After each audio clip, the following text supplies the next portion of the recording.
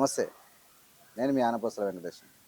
నేను ఇప్పుడు గాంధీ భవన్లో సీనియర్ స్పోక్స్ పర్సన్, మంచి ఇంటెలిజెంట్, మంచి టాలెంట్ కలిగినటువంటి జ్ఞానసుందర్ అన్నగారితో ఉన్న. జ్ఞానసుందర్ అన్న నిజంగా ఒక జ్ఞాని, మంచి విలువలు కలిగినటువంటి వ్యక్తి. సమాజంలో ఎలాంటి విలువలు ఉండాలి, ఎలా రాజకీయం చేయాలి, ఏ విధంగా పదవుల కోసం పాకులాడడం కాదు, సమాజం కోసం ఏ విధంగా పనిచేయాలన్నటువంటి అనేకమైనటువంటి ఉత్తమమైనటువంటి క్యారెక్టర్ కలిగినటువంటి ఒక సీనియర్ స్పోక్స్ పర్సన్, మంచి విలువలు కలిగినటువంటి వ్యక్తితో నేనున్నా. అన్న ఘాటుగా ధీటుగా అన్ని ఏ సమాధానమైనా పర్ఫెక్ట్గా చెప్పగలడు. అందుకని నేను ఏవిఎం ప్రేక్షకులకు పరిచయం చేయాలనుకుంటున్నా. మీ అందరికి అన్న నమస్కారం. నమస్కారం. ఎలా ఉన్నారన్న? బాగున్నారా? ఇంకేంది, చాలా హ్యాపీగా ఉన్నారు. ఎందుకంటే మీ మీ పార్టీ అధికారంలోకి వచ్చింది కదా. నిజమే నువ్వు అనే మాట. ఒక నియంతృత్వ పాలన పోవడం, ప్రజలకు స్వేచ్ఛ లభించినట్టు అయిపోయింది, స్వాతంత్రం వచ్చినట్టు అయిపోయింది. కాబట్టి ప్రజలు హ్యాపీగా ఉన్నారు కాబట్టి ప్రజల హ్యాపీనెస్ నేను కోరుకుంటా. కాబట్టి ఓకే, వాళ్ళ ఆనందమే మా ఆనందం. కాబట్టి నేను కూడా హ్యాపీగా ఉన్నాను. మీరు కూడా హ్యాపీగా ఉన్నారు. అయితే కాంగ్రెస్ పార్టీ హైదరాబాద్ చుట్టూ, హైదరాబాద్ అంటే అవుట్ ఆఫ్ హైదరాబాద్ ఎక్కువ సీట్లు సాధించి హైదరాబాద్లో రాలేదన్నది ఒక అంటే మనం చూసినా కూడా తక్కువ సీట్లు వచ్చినాయి. అది రావడం కారణం తర్వాత మాట్లాడుకుంటూ, వచ్చిన తెల్లారి నుంచి మీ పార్టీ మీద అంటే కాంగ్రెస్ పార్టీ మీద విమర్శల దాడి చేసినటువంటి గులాబీ మీడియా మరియు కేసీఆర్ కుటుంబ సభ్యులు కూడా మొదటి రోజు నుంచే వీళ్ళ యొక్క విమర్శల దాడి పెద్ద ఎత్తున చేసారు. వాళ్ళు మాత్రం 10 సంవత్సరాలుగా అనేక పెద్ద పెద్ద హామీలను మర్చిపోయారు.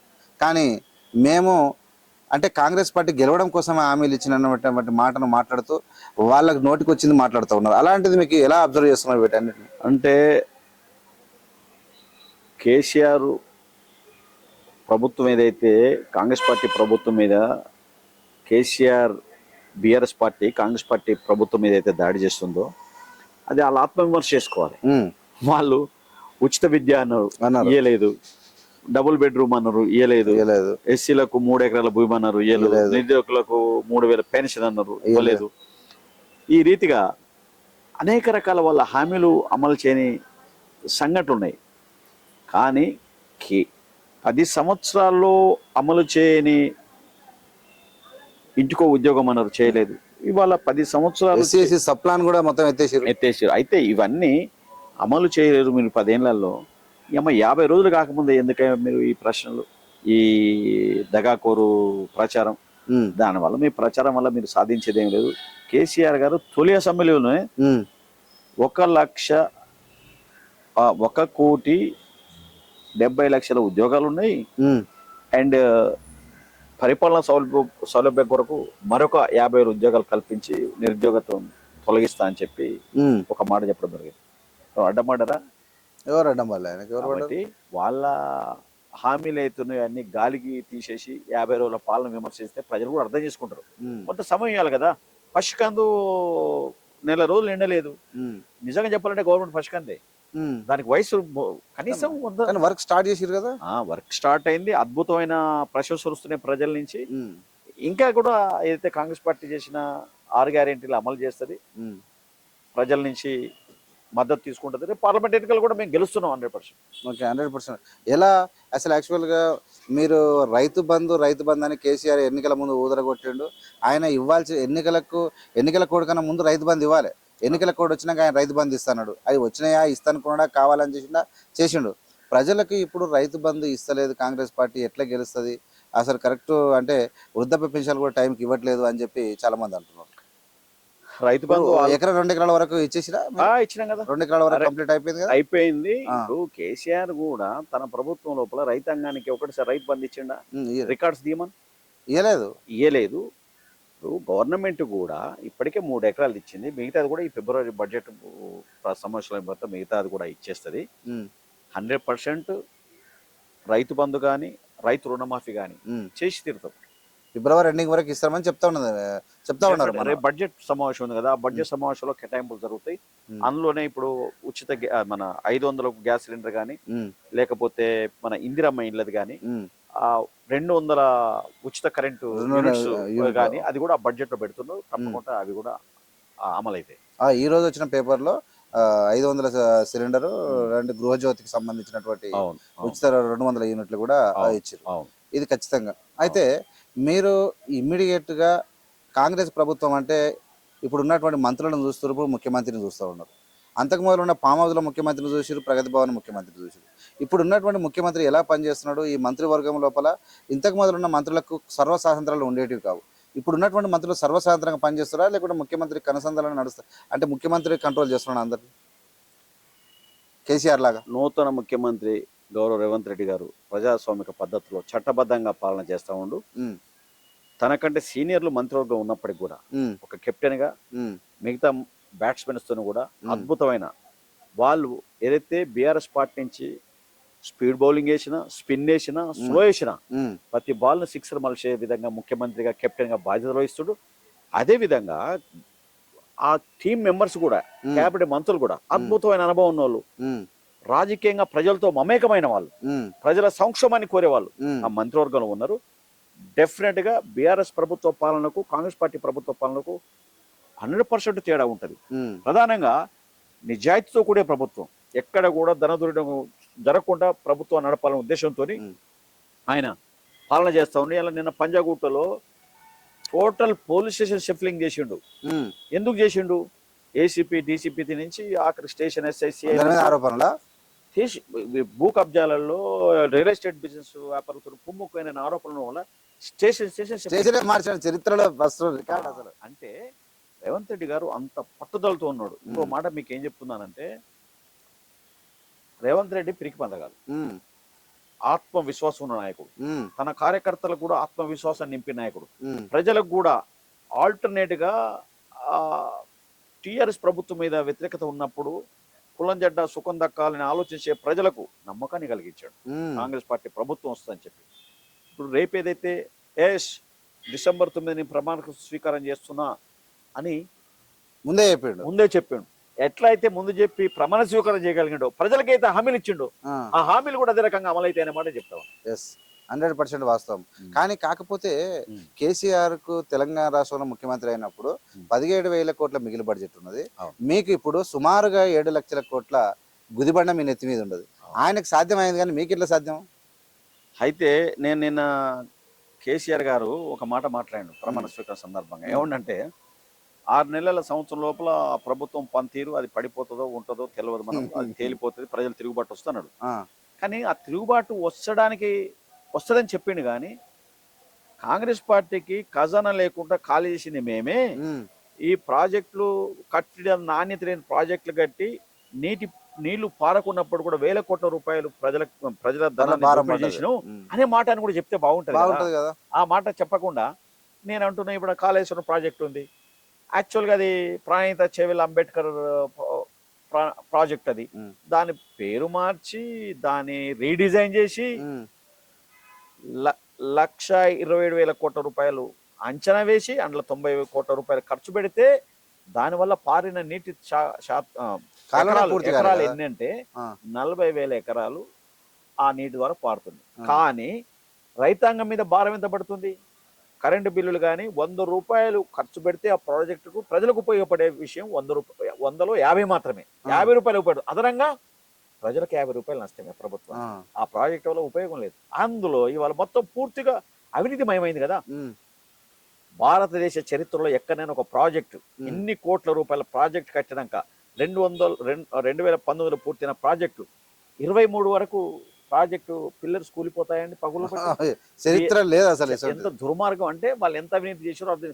ఆ ప్రాజెక్టు మీద ఇంతవరకు కేసీఆర్ గానీ హరీష్ రావు గానీ నోరిప్పలే. దాని మీద కూడా ఇప్పాలి కదా. కాంగ్రెస్ పార్టీ ప్రభుత్వం ఉండదు, వాళ్ళు అమలు చేయలేరు అంటారు. ఎస్ కరెక్టే.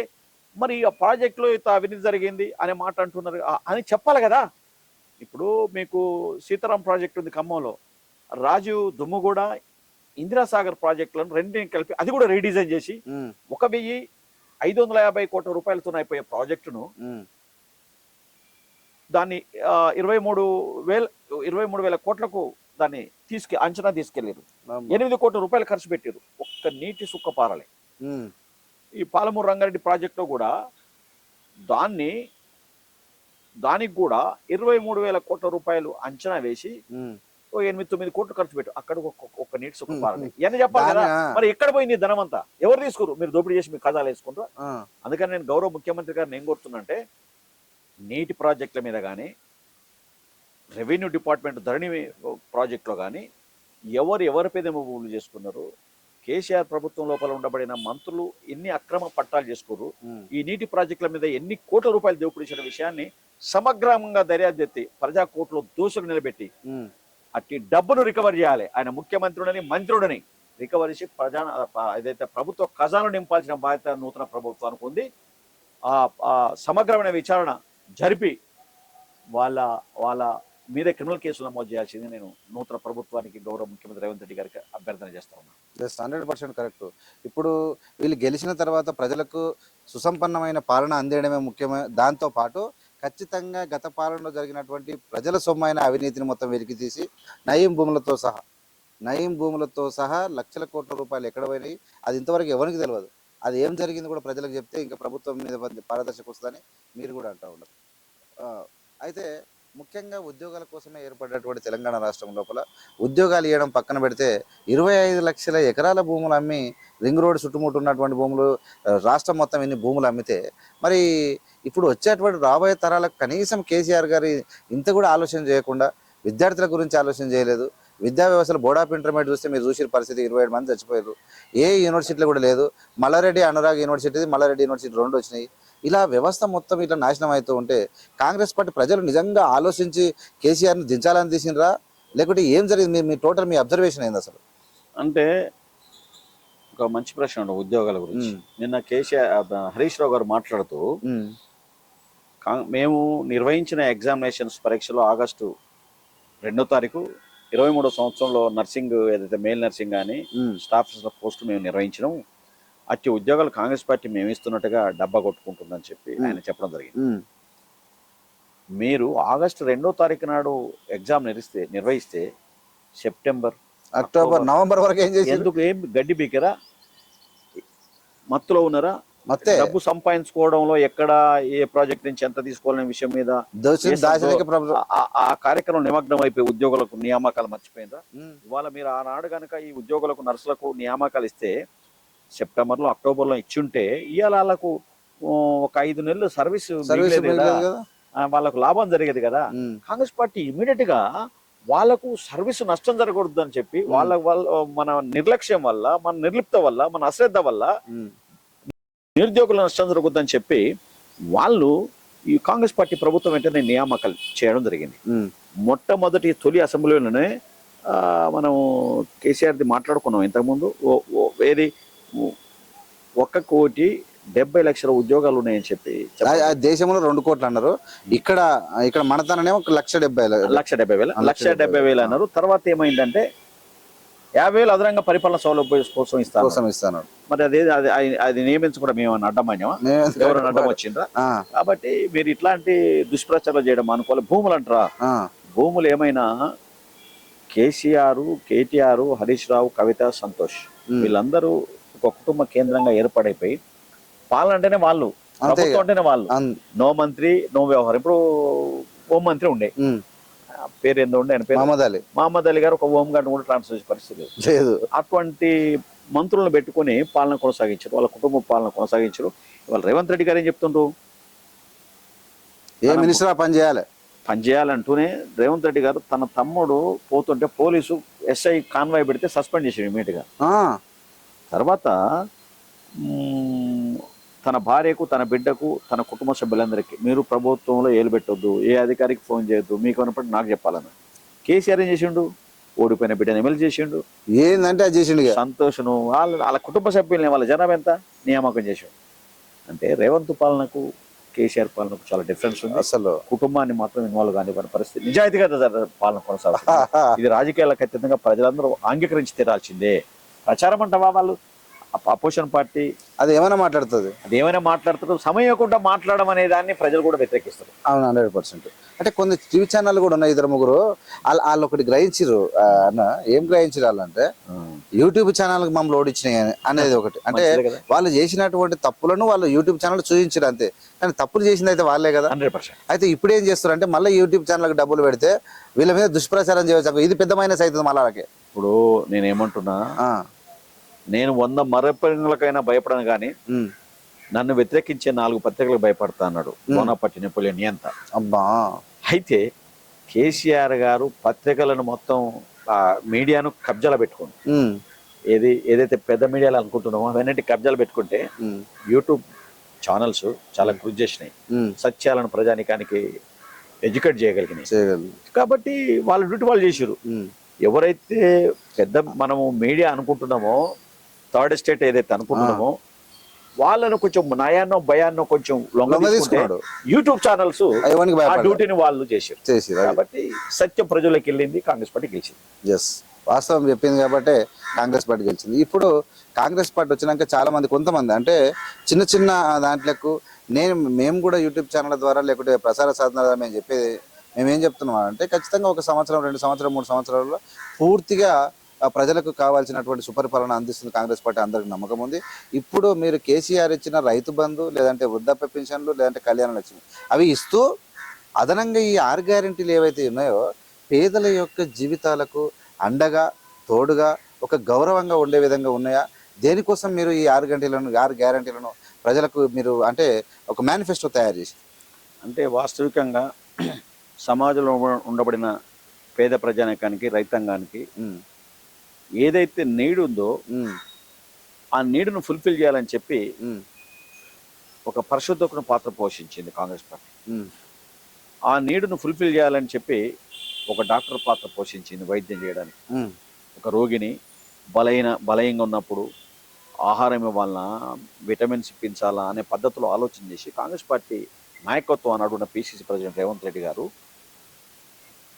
ప్రజల నీడు గుర్తించే 500 రూపాయల సిలిండర్ అనేది 1200 ఉన్న సిలిండర్ని వాళ్ళు పెంచారు.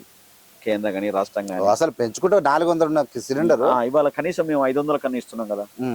పెరుగుతున్న రేట్లను దృష్టిలో పెట్టుకొని 400కు ఉన్నదన్న మీరు ఏదైతే ఉందో ఒక 500 సిలిండర్ ఇస్తున్నాం. అండ్ 200 ఇంతకుముందే మాట్లాడుకున్నాం కదా, గృహజ్యోతి యూనిట్లు ఫ్రీ, అన్నీ కూడా సామాన్య ప్రజలకు అవసరమే కదా, పేద ప్రజానికని కూలి ప్రజానికని. 100% పేదవాళ్ళకి నిజంగా కటిక పేదరికంలో ఉన్నటువంటి తల్లిదండ్రులు పిల్లలకు పౌష్టికాహారం పెట్టుకోలేక, సిలిండర్ లేక, కరెంటు విద్యుత్ బిల్లులు కట్టలేక, విద్యుత్ కట్టేసినప్పుడు చీకట్లో ఉన్నటువంటి కుటుంబాలు ఎన్నో ఉన్నాయి. అలాంటి పేదవాళ్ళకు, పేద తల్లిదండ్రులకు నిజంగా ఒక జీవితంలో వాళ్ళకి వరమే 2500 చేతికి రావడం, ఉచిత విద్యుత్తు, దాని తర్వాత 200 యూనిట్లపై ఉచిత విద్యుత్తు, 500 సిలిండర్. వీటన్నిటికీ పేదవాడికి, నిరుపేదలకు మొత్తం కడుపు నింపుతుంది. కోటీశ్వరుడికి, ధనవంతునికి ఆయన రైతు బంధు ఇచ్చినట్టు ఉపయోగపడకపోయినా ఇలా పేదవాడిని కడుపు నింపే కార్యక్రమం 6 గ్యారెంటీ పథకాలను ప్రజలు అందరూ అవన్నీ ఇంప్లిమెంట్ చేస్తే ప్రజలు ఖచ్చితంగా 100% వీళ్ళను కడుపులో పెట్టుకొని చూసుకునేటువంటి అవకాశం అయితే వెరీ క్లియర్గా కనబడుతుంది. మీరు చెప్పినట్టుగానే అది వాస్తవం. ఈ 6 గ్యారెంటీలు చాలా బాగున్నాయి. అయితే ఇప్పుడు 6 గ్యారెంటీలతో పాటు మొన్న ఒక రిక్రూట్మెంట్కి సంబంధించిన విషయం కూడా మాట్లాడినాం మనం. రిక్రూట్మెంట్ ఒక 15,000 పోస్టులు కూడా కానిస్టేబుల్ వేసి, ఇది బాగుంది. ముఖ్యంగా ఇప్పుడు మనం ఒకసారి అబ్జర్వ్ చేస్తే రాష్ట్రం లోపల ముఖ్యమంత్రి గారిని కానీ, బట్టి విక్రమార్క గారిని కానీ, లేదంటే ఉన్నటువంటి మంత్రులను కానీ చూస్తే ప్రజలకు అందుబాటులో ఉండడంతో పాటు ఈ ముందటి ప్రభుత్వం మంత్రులతో పోల్చుకుంటే ఈ ప్రభుత్వం ఏ విధంగా ప్రజలకు సేవ చేస్తారని మీరు అనుకుంటున్నారు? 200% కాంగ్రెస్ పార్టీ ప్రభుత్వం రాగానే అంతకుముందు ముఖ్యమంత్రి మంత్రులను కలవాలంటే, ఎమ్మెల్యేని కలవాలంటే ఇబ్బంది ఉండేది. మరి ఏం జరుగుతుంది, టోటల్గా ప్రజాభవన్ అనే పేరు పెట్టి మహాత్మా పూలే ప్రజాభవన్గా పెట్టి ఇలా సామాన్య ప్రజానీకాన్ని అందరినీ కూడా రెగ్యులర్గా కలిసే కార్యక్రమం చేస్తాం మనం. ప్రజలు రిలీఫ్ అవుతున్నారు. కనీసం ముఖ్యమంత్రిని కలవడానికి అవకాశం ఉంది, మంత్రులను కలవడానికి అవకాశం ఉంది, అధికారులను కలవడానికి అవకాశం ఉంది, మా బాధను చెప్పుకోవడానికి అవకాశం ఉంది. నాడు టీఆర్ఎస్ గవర్నమెంట్ను కంచే షేర్ మించినట్టుగా ముఖ్యమంత్రి గారు మంత్రులే ప్రజాధనాన్ని దోపిడీ చేస్తుంటే ప్రజలు ఎవరు చెప్పుకోవాలి? ఇప్పుడు ఎవరు చెప్పుకోవాలి? దిక్కులేదు వాళ్ళకు. అవును, ఎమ్మెల్యేలు, నియోజకవర్గాల ఎమ్మెల్యేలు, రాష్ట్రంలో ముఖ్యమంత్రి, మంత్రులు ఈ రకంగా ప్రజాధనాన్ని దోపిడీ చేసినప్పుడు ఎవరు చెప్పుకోవాలి? వాళ్ళు పోయి ఇవాళ ముఖ్యమంత్రి చెప్పే పరిస్థితి, ఇవాళ మంత్రికి చెప్పే పరిస్థితి, ఇవాళ ఎమ్మెల్యే చెప్పుకునే పరిస్థితి అనే మాట నేను ప్రజానికానికి, మేము మీడియాకు తెలియజేస్తాం. రైట్. నిన్న గద్దర్ యొక్క జయంతి జరిగినాయి. గద్దర్ జయంతిలో ముఖ్యమంత్రి అంటే ఒక విప్లవకారుడు, ఒక ఉద్యమకారుని యొక్క సాధారణ ఉద్యమకారుని యొక్క అంటే గొప్ప వ్యక్తి, నాయకుడు, ఉద్యమకారుని యొక్క జయంతి కార్యక్రమంలో ఒక ముఖ్యమంత్రి, మంత్రులు కూర్చొని గద్దర్ అవార్డు ప్రకటించడాన్ని మీరు ఎలా చూస్తారు? ఒకనాడు స్వర్గీయ గద్దర్ గారు సెక్రటరీకి పోయి ఎండలో 3 గంటల పాటు గేట్ బయట వెయిట్ చేస్తే అపాయింట్మెంట్ ఇవ్వలేదు కేసీఆర్. కానీ గద్దర్ మరణించినాడు. ప్రభుత్వం ఏర్పాట్లు చేయకపోతే లాల్ బార్ షాడోలు పెడదామంటే బాడీని ప్రభుత్వం ఆంగ్లంతో బద్దలు కొట్టి స్టార్టింగ్ నుంచి ఎండింగ్ వరకు రేవంత్ అన్న అక్కనే ఉన్నాడు. గేట్లు బద్దలు కొట్టి లాల్ బార్ స్టేడియం పెడతామని ప్రభుత్వానికి హెచ్చరిక చేసి పోలీస్ కమిషనర్కి వాళ్ళందరూ ప్రభుత్వ అధికారులతో మాట్లాడి లాల్ బార్ స్టేడియంలో ప్రజల దర్శనం కోసం పెట్టడం జరిగింది. అంతిమ యాత్ర సమాధి పూర్తయ్యేంత వరకు కూడా రేవంత్ రెడ్డి గారు వెంట వెళ్ళడం జరిగింది. ఇవాళ ఈ విషయంలో జనాలు చాలా చనిపోయి ఇన్ని రోజులు అయింది కదా, ఇప్పుడు సంవత్సరం కావస్తుంది, సంవత్సరం కావచ్చు, 6 months దాటి 6 months దాటింది ఏది ఉందో, ఇవాళ గద్దరుకు ఏదైతే విగ్రహం పెట్టడం జయంతి రోజు నాడు, తర్వాత ఆయన స్మృతివనం లాగా కొంత ప్రభుత్వ స్థలాన్ని కేటాయించడం చాలా గొప్ప విషయం. అంటే ఎంత దురదృష్టి ఉందో రేవంత్ రెడ్డి గారి ప్రభుత్వానికి మనం ఆలోచన చాలా బాగా అనిపించింది. ఎందుకంటే ఒక గద్దర్ అనేవాడు ఒక ఎస్సీ సామాన్యుడు, గాయకుడిగా నాయకుడిగా అతని స్థాయిని అందుకోలేము.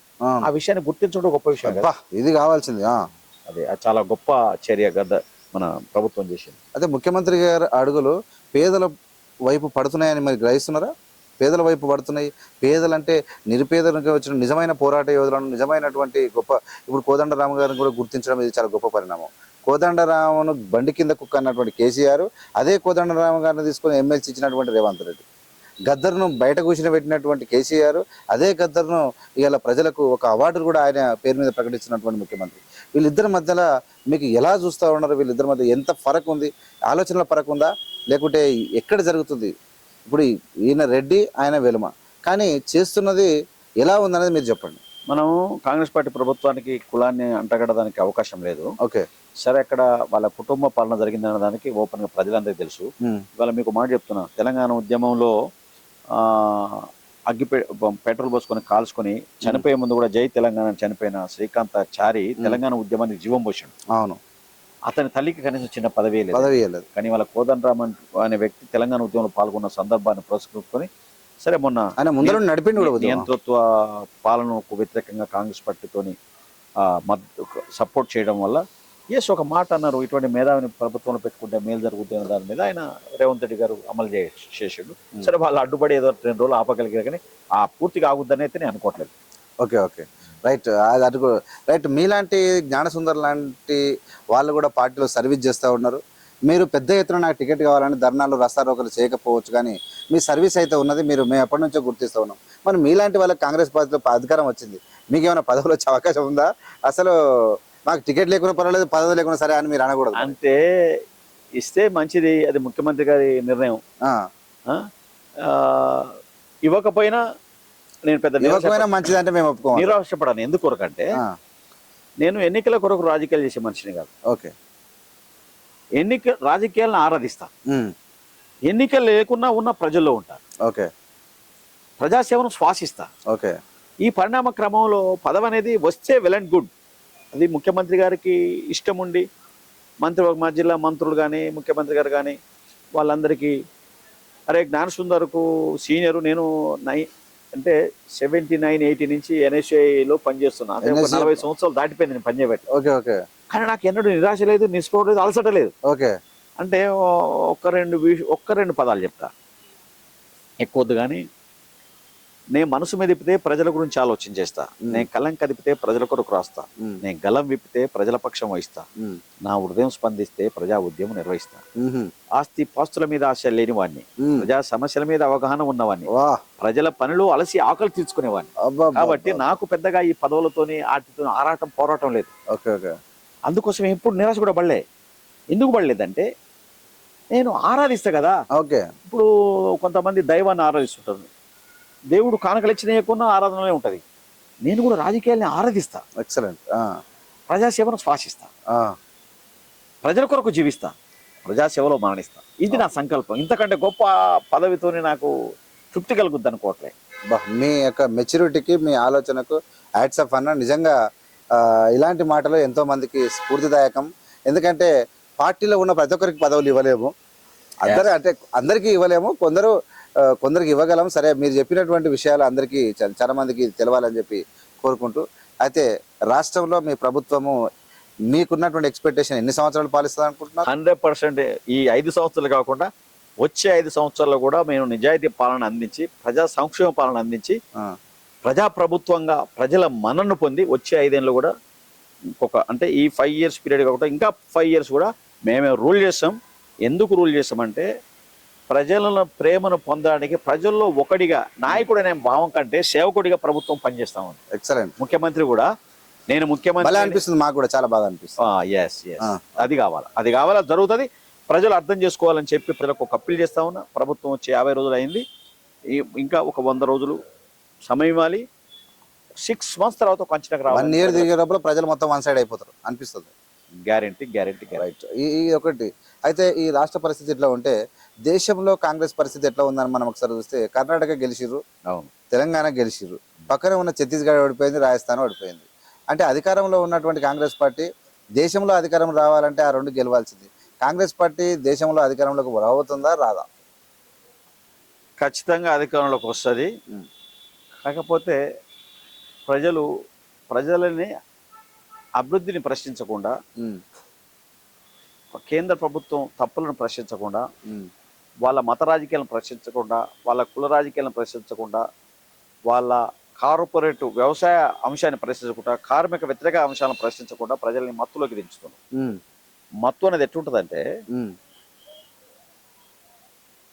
మీకు గెలిలియో భూమి తన చుట్టూ తాను తిరుగుతూ సూర్యుని చుట్టూ తిరుగుతుందంటే ఇచ్చినా కొడక భూమి సూర్యు చుట్టూ తిరుగుతుందని చెప్పి భూమి తన చుట్టూ తాను తిరుగుతూ సూర్యుని చుట్టూ తిరుగుతున్న విషయాన్ని గెలిలియో ప్రబోధపెట్టిండు కోపర్నికస్ సిద్ధాంతాన్ని.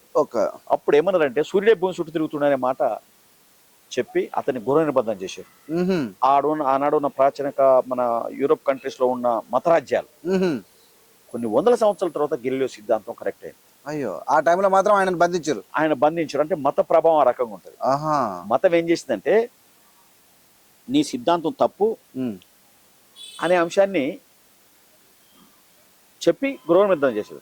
సైంటిఫిక్ గా ఇలా ప్రపంచం మొత్తం గెలియో సిద్ధాంతాన్ని ఒప్పుకుంది. రాహుల్ గాంధీ కూడా కాంగ్రెస్ పార్టీ మత రాజకీయాలకు, కుల రాజకీయాలకు, ప్రాంత రాజకీయాలకు వ్యతిరేకం కాబట్టి మనము భారతీయులం, మన దేశం సెక్యులర్ దేశం, లౌకిక దేశం, మన దేశంలో అన్ని మతాలను సమానంగా చూడాల్సిన అవసరం ఉందని చెప్పి జోడో యాత్ర కూడా చేస్తూ ఉండు.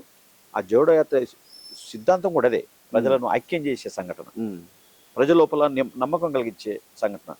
అయితే మీకు ఆ పరిణామ క్రమంలో కాంగ్రెస్ పార్టీ రాహుల్ గాంధీ కానీ, ఇందిరాగాంధీ చేసిన త్యాగాలు కానీ, రాజీవ్ గాంధీ కానీ దేశం కోసం మరణించిన సంఘటన కూడా ప్రజలు గుర్తించక మానరని అనుకుంటున్నాను. ఎందుకంటే సత్యం అంత తొందరగా యాక్సెప్టెన్స్కి రాదు. దట్టు మత్తులో ప్రజల్ని దించుతున్నారు వేరే అంశాలే కూడా, వేరే అంశాన్ని ప్రశ్నించకుండా. కాబట్టి డెఫినెట్గా కాంగ్రెస్ పార్టీ ఇప్పుడు కాంగ్రెస్ పార్టీ ముందు అనేకమైనటువంటి సవాళ్ళే కాదు, నరేంద్ర మోడీ అధికారంలోకి వచ్చిన తర్వాత టోటల్ మీడియాను తన కంట్రోల్లో తీసుకున్నాడు.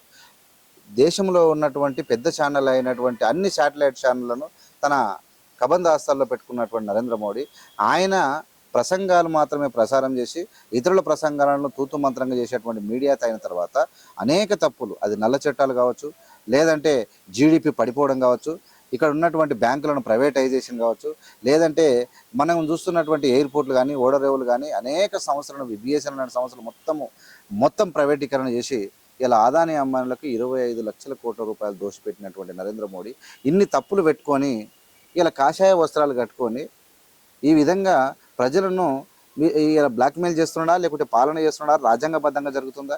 ఇవన్నీ చూసినటువంటి మీరే చెప్పారు ఇప్పటిదాకా, ఇవన్నీ చాలా తప్పులు చేస్తున్న నరేంద్ర మోడీని ప్రజలు క్షమించారని మీరే చెప్పారు. మరి ఏ విధంగా నరేంద్ర మోడీ గారి పాలన చూస్తారు మీరు, కాంగ్రెస్ పార్టీ? నరేంద్ర మోడీ పాలన ప్రజా వ్యతిరేక పాలన, కార్మిక వ్యతిరేక పాలన, రైతు వ్యతిరేక పాలన. ఇంతకుముందే మనం మాట్లాడుకున్నాం, రైతులను పంజాబ్లో ఏ రకంగా హింస పెట్టిన సంవత్సర కాలం. అయితే ఆ కార్పొరేట్ వ్యవస్థను పెంచేందుకు దోహదం చేస్తున్న పాలన, దేశంలో ఉండబడిన 1% సంపన్నులు ఇవాళ తమ ఆస్తులను 10 రెట్లు పెంపొందించుకున్నారు. సుమారుగా 73% ప్రజానికం వాళ్ళ ఆర్థిక పెరుగుదల 1% పెరిగింది. భారతదేశం బడ్జెట్ ఎంతైతే ఉంటుందో అంతకంటే ఎక్కువగా ఒక్కొక్క రాష్ట్రాలు వాళ్ళు పెంచుకున్నారు. సంపన్న వర్గాల కోసమే పనిచేస్తున్న కేంద్ర ప్రభుత్వం తప్పకుండా ప్రజలు థింక్ చేస్తారు. దాన్ని మేము చైతన్యం పనిచేస్తాం. ప్రజలు కూడా ఇవాళ రేపు మీలాంటి మీడియా మిత్రులు ఎట్లయితే కేసీఆర్ గారి నియంతృత్వ పాలన వ్యతిరేకించారో, ఇప్పుడు ఒక చిన్న మాట అండి, ప్రజాస్వామ్యంలో పార్లమెంటు భద్రత గురించి ప్రశ్నిస్తే 146 మంది పార్లమెంటు సభ్యులను సవరించి బహిష్కరించి చట్టాలు చేసుకున్నారు. అది న్యాయబద్ధమా, చట్టబద్ధమా? చట్టం ఆమోదిస్తుందా? వాళ్ళందరూ సభలు లేకుండా చట్టాలు చేసుకున్నాడు. ఈ రీతి ఈ నియంతృత్వ పాలనను ప్రజలు తప్పకుండా ఓడిస్తారు, గోరిగడతారని చెప్పి నేను భావిస్తాను. 100%. రాహుల్ గాంధీ గారిని కూడా సస్పెండ్ చేసి చిన్న కారణం, వెరీ గుడ్. మోదీలు అందరూ మోదీల పేరు ఉన్న వాళ్ళందరూ మోసం చేశారని ఒక మాట అంటే, రాహుల్ గాంధీని పార్లమెంట్ అంటే సభ్యత్వాన్ని రద్దు చేస్తూ పార్లమెంట్ నుంచి బయటకు దొరుకుతూ ఇల్లును కూడా కాల్ చేయించారు. ఇంత దుర్మార్గంగా వివరిస్తే ఆయన జోడో యాత్రకు లక్షలాది మంది బ్రహ్మరథం పట్టి. అసలు రాహుల్ గాంధీ అంటే ఎక్కడ మిస్ అవుతారు ప్రజలు, ఎక్కడ లాజిక్ మిస్ అవుతున్నారు అంటే మంచి ప్రశ్న అడిగాను. రాహుల్ గాంధీ గారు ప్రజాస్వామ్య పద్ధతిలోనే మాట్లాడడం జరిగింది. ఇలా ఎన్నో దుర్భాషలు ఆడుతూ ఉన్నారు, బీజేపీ కానీ బీఆర్ఎస్ కానీ, లేకపోతే అనేక రకాలుగా భాష దోషం, సమాజం ఆమోదించిన భాష మాట్లాడుతున్నప్పుడు కూడా వాళ్ళ మీద ఎలాంటి చర్యలు లేవు. రాహుల్ గాంధీ మీద సూరత్ కోర్టు ఎక్కడో మహారాష్ట్రలో కర్ణాటకలో మాట్లాడితే సూరత్ కోర్టులో కేసు పెట్టిండ్రు. పెట్టి విచారణ జరిపి 2 సంవత్సరాలు శిక్ష చేశారు. పైకోర్టుకు పోవడానికి 4 రోజుల వ్యవధి ఉంటుంది. ఆ వ్యవధి తీరక ముందు ఆయన మెంబర్షిప్ పార్లమెంట్ సభ్యత్వాన్ని ఇమీడియట్గా రద్దు చేశారు. అంటే కోర్టుకు పోయేటందుకు కూడా రాజ్యాంగబద్ధమైన హక్కు ఉంటే ఇవ్వలేదు.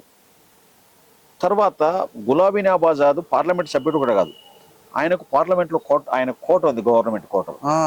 కానీ రాహుల్ గాంధీ పార్లమెంట్ సభ్యుడు సభ్యత్వాన్ని రద్దు చేసి కోటను కాల్ చేయించారు. కానీ గులాబీ నవాబ్ ఆజాద్ అయితే ఏదైతున్నాడో ఆయనకు కోట ఉంది. అసలు ఏంది రాహుల్ గాంధీని చూస్తే నరేంద్ర మోడీ ఏమనుకుంటున్నా, అసలు భయపడుతున్నాడా లేదంటే రాహుల్ గాంధీ మీద కష ఈ నరేంద్ర మోడీ తెలిసి చేస్తున్నా తెలియక చేస్తున్నాడా? నరేంద్ర మోడీ భయపడేది యథార్థమే, కషి ఉన్న మాట యథార్థమే. మతరాజ్యాన్ని స్థాపించాలి, రాజ్యాంగాన్ని తుంగలో తొక్కాలి, నూతన రాజ్యాంగాన్ని ప్రవేశపెట్టాలి, ప్రజాస్వామ్య హక్కులు లేకుండా చేయాలి, ఒకటే పాలన ఉండాలనే ఒక నియంతృత్వ పాలన కోసం ప్రయత్నం చేస్తున్న క్రమంలో రాహుల్ గాంధీని వ్యతిరేకించే మాట యథార్థం, రాజ్యాంగాన్ని వ్యతిరేకించే మాట యథార్థం. కాబట్టి నేను ప్రజలకు అప్పీల్ చేస్తా ఉన్నాను, ప్రజాస్వామ్యంలో ఏదైతే భారత రాజ్యాంగం ఉందో ఆ భారత రాజ్యాంగాన్ని కాపాడుకోవాల్సిన బాధ్యత కూడా బీజేపీతర పక్షాలకు ఉంది, రాజకీయ మన మన ప్రజా సంఘాలకు ఉంది, ప్రజలకు ఉంది అనే మాట అప్పీల్ చేస్తాను. భారత రాజ్యాంగాన్ని కాపాడుకోవడానికి మరో ఉద్యమం నిర్వహించాల్సిందిగా ప్రజలకు అప్పీల్ చేస్తా ఉన్నాను. కరెక్ట్ అన్న, ఇది 100% ఉద్యమం అనేది అవసరం. మణిపూర్ అసలు యాక్చువల్గా మణిపూర్ సంఘటన కూడా నేను వస్తా. 400 ఉన్న సిలిండర్ను 1100కు తీసుకుపోయిన నరేంద్ర మోడీకి ఏమనిపిస్తలేదు ప్రజలకు, జిఎస్టీలు అడ్డగోలుగా వచ్చినా ఏమనిపిస్తలేదు. పసిపిల్లలు తాగే పాలన నుంచి రాసేటువంటి పెన్సిళ్ళ నుంచి వేసుకునే మందు బిల్లలు కూడా అడ్డగోలుగా ధరలు పెంచినా కానీ ప్రజలకు అర్థమవుతలేదు. మరి మతలను నిమ్మింగిర్రా? అసలు ఇప్పుడు ఉన్నటువంటి తెలంగాణ రాష్ట్రం లోపల ప్రజలు ఏం ఆలోచించాలి? రేపు ఎంపీ ఎలక్షన్లో ఉన్నాయి, రేపు ఎలా ఎలక్షన్లకు సంబంధించినటువంటి ఓటింగ్ పర్సెంట్ ఎలా ఉండబోతుంది? స్టీల్ సిమెంట్కి వెళ్ళి మొదలు పెడితే అన్ని ధరలు పెరిగినాయి. అన్ని ధరలు పెంచిన నరేంద్ర మోడీ మళ్ళీ గొప్పవాడని నాయకానికే మీడియా కారణమా లేకుంటే ఎక్కడ లోపం జరుగుతుందో నాకు కూడా అర్థమవుతుంది. అసలు ఇప్పుడు భారతదేశంలో నిత్యావసర ధరలన్నీ పెరిగిపోయినాయి. బియ్యం ఇవాళ 7,000 రూపాయలు, ఏందది 1,000 రూపాయలు మటన్ అయింది, ఒక 300 రూపాయలు అల్లం ఉల్లిపాయ. ఈ రకంగా విపరీతం రేట్లు పెంచితే ఆ రేట్లన్నీ ప్రజల మీద భారం పడి ప్రజల ఇబ్బందులలో ఉన్నారు. మీడియా అనేది సత్యాలు సత్యంగా ప్రచారం చేయాల్సిన అవసరం ఉందనేది మీడియా కూడా చెప్తా ఉన్నాం. కొంత ఏంటంటే దేశంలో రాజకీయాల్లో విలువలు పోయినాయి, అన్ని రంగాల్లో అన్ని సంస్థల్లో కూడా కొంచెం విలువలు దెబ్బతిన్న మాట యథార్థమైంది. డెఫినెట్గా మీడియా పూర్తిగా ప్రజల పక్షం వహించాలి. కేంద్ర రాష్ట్ర ప్రభుత్వాలు చేస్తున్న, ప్రతిపక్షాలు చేస్తున్న తప్పులను కూడా, గత ప్రభుత్వాల తప్పులను కూడా తవ్వి తీసి ప్రజలకు వాస్తవాలను తెలియజెప్పే విధంగా తమ కార్యాచరణ కొనసాగాలని చెప్పి మీడియా కూడా అప్పీల్ చేస్తాం. 100% కరెక్ట్. అయితే అన్న ఇప్పుడు ఇంతకు మొదలు ఛత్తీస్గఢ్లో కాంగ్రెస్ గెలిచింది, రాజస్థాన్లో కూడా కాంగ్రెస్ గెలిచింది. అప్పుడు నెక్స్ట్ ఎంపీ ఎలక్షన్లో మొత్తం బీజేపీ గెలిచింది. మరి ఇప్పుడు ఛత్తీస్గఢ్లో కాంగ్రెస్ ఓడిపోయింది, రాజస్థాన్లో కాంగ్రెస్ ఓడిపోయింది, మధ్యప్రదేశ్లో కాంగ్రెస్ ఓడిపోయింది. ఎంపీ ఎలక్షన్లలో గుజరాత్లో కానీ ఇక్కడ కానీ ఓట్లు ఎక్కడ పడే అవకాశం ఉన్నాయి? ఇప్పుడు డెఫినెట్గా తెలంగాణలో 200% Congress party majority. Yes, okay, not doubt, అందులో ఏం సందేహం లేదు. మన పక్క రాష్ట్రాలలో కూడా ప్రజలు ఆలోచన చేస్తా ఉన్నారు. టీఆర్ఎస్ పార్టీ ప్రభుత్వం మీద ఏ రకంగా అయితే ఆలోచన ఉందో, ప్రభుత్వం దించాలని ప్రజల్లో వచ్చింది. అదేవిధంగా దేశంలో కూడా మోడీ నియంతృత్వ పాలనకు, మతరాజ్యానికి వ్యతిరేకంగా, ప్రజాస్వామ్య వ్యతిరేక పాలనకు వ్యతిరేకంగా, కార్మిక పాలనకు వ్యతిరేకంగా, రైతు వ్యతిరేక పాలనకు వ్యతిరేకంగా ఆ పార్టీని ఓడించాలనే సంకల్పం ప్రజల్లో స్టార్ట్ అయింది. డెఫినెట్గా రేపు కేంద్రంలో పార్టీ బీజేపీ ఓడిపోతున్నది నా అభిప్రాయం. మొన్న లాస్ట్ చివరిగా చెప్పండి, మల్లికార్జున ఖర్గే గారు మాట్లాడుతూ ఒకవేళ ఈసారి ఎన్నికల్లో నరేంద్ర మోడీ కనుక గెలిస్తే ఈ దేశానికి ఇక చివరి ఎన్నికలు, ఎందుకంటే ఈ దేశంలో ప్రజాస్వామ్యం అని కూనైపోతా ఉంది. ఇక రాజ్యాంగాన్ని మొత్తము తన చేతులకు తీసుకొని నరేంద్ర మోడీ ఏకఛత్రాధిపత్యంతో ఈ దేశాన్ని చేసేటువంటి అవకాశం ఉంది. ప్రజలు చాలా జాగ్రత్త పడాలని చెప్పి ఇలాంటి మెసేజ్ను ప్రజలు నమ్ముతారా? 100% నమ్ముతారు. ఎందుకొరకంటే ఇప్పుడు 2002లో గుజరాత్ ముఖ్యమంత్రిగా నేటి ప్రధాని ఉన్నప్పుడు అక్కడ బిల్కిస్ బానో మీద అత్యాచారం జరిగింది. 5 నెలల గర్భవతి మీద అత్యాచారం చేసి ఆమెను రేప్ చేసి ఆమె బంధువులను 14 మందిని చంపేశారు. అనేక మంది దుర్మార్గాలకు అత్యాచారాలకు గురైనరు. అప్పుడు ఆ స్టేట్కున్న ఇంటెలిజెన్స్ ఆఫీసర్ కూడా నరేంద్ర మోడీ గారి కనుసన్నులని అత్యాచారాలు జరిగినాయని చెప్పి ఆయన ఇంటెలిజెన్స్ ఆఫీసర్ చెప్పాడు. అయితే ఆ తర్వాత బిల్కిస్ బానో కోర్టుకు పోరాటం చేయడం, మహారాష్ట్ర కోర్టు, బాంబే కోర్టు వాళ్లకు యావజ్జీవ కారాగార శిక్ష చేయడం, వాళ్ళు అప్పీల్ చేసుకుంటే ఆ కోర్టు కొట్టేయడం, కేంద్ర ప్రభుత్వంతో మళ్ళీ అప్పీల్ దరఖాస్తు పెట్టుకొని రాష్ట్ర ప్రభుత్వం దీన్ని ఆలోచన చేయాల్సిందిగా కోరే విధంగా ఒత్తిడి తీసుకొచ్చేసారు. వాళ్ళ శిక్షలను రద్దు చేస్తే వాళ్ళకు సన్మానాలు చేసి దండలేసి స్వాగతం పలికి సన్మానాలు చేశారు, స్వీట్లు పంచారు. అంటే వాళ్ళేమో స్వాతంత్ర సమరయోధులా? పోనీ హిందూ మత సంస్కృతి రేపులు చేసి అత్యాచారాలు చేసి హత్యలు చేసిన వాళ్ళని స్వాగతం చెప్పమని ఎక్కడన్నా భౌతికత చెప్తాందా? ఎందుకు ఆ రకంగా చేసిండ్రు? అట్లనే మణిపూర్లో కూడా 60,000 మందిని వేరే మతస్థులను హత్య చేస్తే అక్కడ ఇంటర్నెట్ బంద్ చేసి డబుల్ ఇంజన్ సర్కార్ అంటారు కదా, కేంద్రంలో బీజేపీ ఉంది, రాష్ట్రంలో కూడా బీజేపీ ఉంది. ఆ డబుల్ ఇంజన్ సర్కార్ ఏం చేసింది? ఇంటర్నెట్ కూడా బంద్ చేసి ప్రపంచానికి విషయం తెలియకుండా వాళ్ళు ఆ ధరణ కొనసాగుతుంటే నిద్రపోతున్నట్టు నటించారు. మరి కేంద్రానికి బాధ్యత లేదా? రాష్ట్ర ముఖ్యమంత్రికి బాధ్యత లేదా? కేంద్ర హోంమంత్రికి బాధ్యత లేదా? మోడీ గారు ఎంత సింపుల్ ఉన్నా సంవత్సర కాలంగా ఈ దేశ రైతులు నడివి రోడ్ల మీద అన్నం వండుక తిని తమ చట్టాల కోసం పోరాటం చేస్తే మాట్లాడాడు. 200 మంది మణిపూర్లో సంఘటనలు జరిగి అంటుకుపోయారు. 200 మంది ప్రాణాలు కోల్పోతే కూడా, మణిపూర్ అంటుకపోతే ఉంటే కూడా, మహిళలను వివస్త్ర చేసి రోడ్ల మీద తిప్పుతూ ఉంటే కూడా నరేంద్ర మోడీ విదేశీ యాత్ర చేసిండు తప్ప ఈ మణిపూర్ సంఘటన గురించి మాట్లాడదు. ఈ దేశం తెలుసుకోదా? ఇక వాస్తవం ఎప్పుడు తెలుసుకుంటే నాకేం అర్థం కాలే అన్నా. ఇప్పుడు అందుకనే సుప్రీంకోర్టు మొన్న వీళ్ళ తప్పిదాలన్నింటినీ పునఃసమీక్ష చేసి ఆ బెయిల్స్ రద్దు చేయడం జరిగింది. ఓకే, ఎంతో కాలం కొనసాగతే దుర్మార్గం డెఫినెట్గా పటాపంచలు అవుతుంది. వాళ్ళు మోడీని అధికారం దించుతారనే నమ్మకం నాకుంది. ఇప్పుడు ఒక లాస్ట్ అండ్ ఫైనల్ క్వశ్చన్. ఇప్పుడు యాక్చువల్గా పాలనయుతంగా ప్రజాస్వామ్యంగా పాలనను, అభివృద్ధిని, ఉద్యోగాలను, పేదల యొక్క బతుకులకు ఆధారంగా ఓటేయాలన్నా, మతానికి ఆధారంగా ఓటేయాలన్నా? డెఫినెట్గా ఇది మనది భారత రాజ్యాంగం ఏం చెప్తుందంటే ఇక్కడ కుల మతాలు లేవు. భారతదేశంలో లౌకిక దేశం ఇది.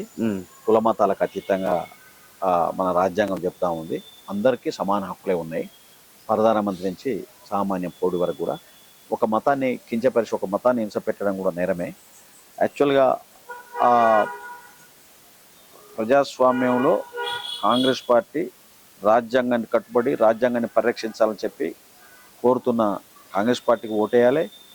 ఈ దేశంలో నిజంగా చెప్పాలంటే శ్రీమతి ఇందిరాగాంధీ 12 బాలికగా ఉన్నప్పుడే స్వాతంత్ర పోరాటంలో పాల్గొని బ్రిటిష్ వాళ్ళ తుపాకీ మడవలతో దెబ్బతిన్నది.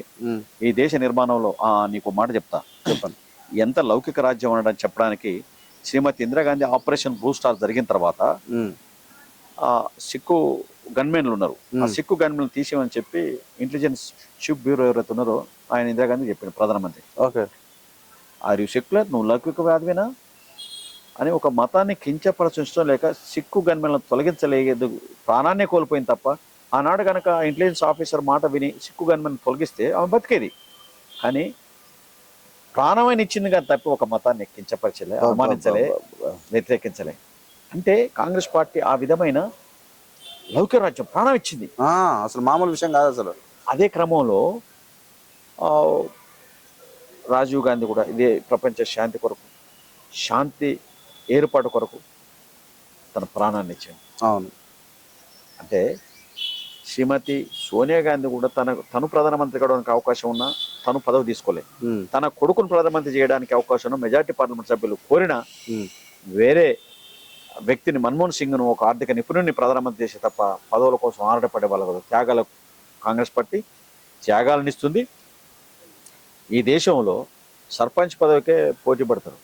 ఈ దేశంలో పోటీ చేసిన 10 సార్లు పోటీ చేశాడు. అవును. మరణించేంత వరకు కూడా కాటికి కాలు జాపేంత వరకు కూడా పదవులు కొనసాగించే నేటి రాజకీయ వ్యవస్థలో ప్రధానమంత్రి పదవిని కూడా తల్లి కొడుకు తృణప్రాయంగా తుంచేశారు. ఎక్సలెంట్. అసలు ఈ దేశానికి ప్రపంచానికి ఆదర్శవంతం నాయకత్వం ఇస్తున్న కాంగ్రెస్ పార్టీ ప్రజలు అర్థం చేసుకోవాల్సిందిగా, ఓటు ఇవ్వాల్సిందిగా, భారతదేశంలో పార్లమెంటులో మెజార్టీ స్థానాలు గెలిపించి ప్రధానమంత్రిని, కాంగ్రెస్ పార్టీ ప్రధానమంత్రి, అది రాహుల్ గాంధీ, ఖర్గేనా, ఎవరైనా కానీ ప్రధానమంత్రిని కూడా ఆ కాంగ్రెస్ పార్టీ గెలిచే విధంగా తోడ్పట్టు అందించాలని చెప్పి దేశ ప్రజానీకానికి ఒక విజ్ఞప్తి చేస్తా ఉంది. ఓకే అన్న, థ్యాంక్ యూ అన్న, అనేక విషయాలు చెప్పారు.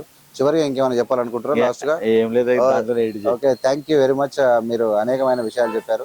రాష్ట్ర మరియు స్టేట్ సంబంధించినటువంటి రాష్ట్రంలో అధికారంలో ఉన్నటువంటి కాంగ్రెస్ పార్టీ తమ పాలన అంటే అద్భుతమైనటువంటి పేదల పాలన కొనసాగిస్తూ ఇంకా ఒక సంవత్సరం లోపల 2 లక్షల ఉద్యోగాలతో పాటు అనేక సంక్షేమ పథకాలు అందిస్తూ ముందుకు పోతుందని చెప్తూ ఇలా రాహుల్ గాంధీ జోడో యాత్రతో పాటు నరేంద్ర మోడీ యొక్క నిరంకుశమైనటువంటి పాలన ఖచ్చితంగా ప్రజలకు ప్రజల యొక్క అభివృద్ధిని చాలా గుడ్డలు పెట్టుగా మారింది. కాబట్టి 100% నరేంద్ర మోడీ పాలన ప్రజలు అంతమొందిస్తారు, కాంగ్రెస్ పార్టీని అధికారంలో తీసుకొస్తారని చెప్పి ఇక్కడ Telangana official spokes person Gnanasundar అన్న అభిప్రాయపడుతున్నారు. ఖచ్చితంగా థ్యాంక్ యూ అన్న, మీరు ఏవిఎం ఛానల్తో మాకు ఈ మంచి అనేకమైన విషయాలు చెప్పినందుకు ధన్యవాదాలు అన్న. Thank you very much. నమస్కారం. రైట్.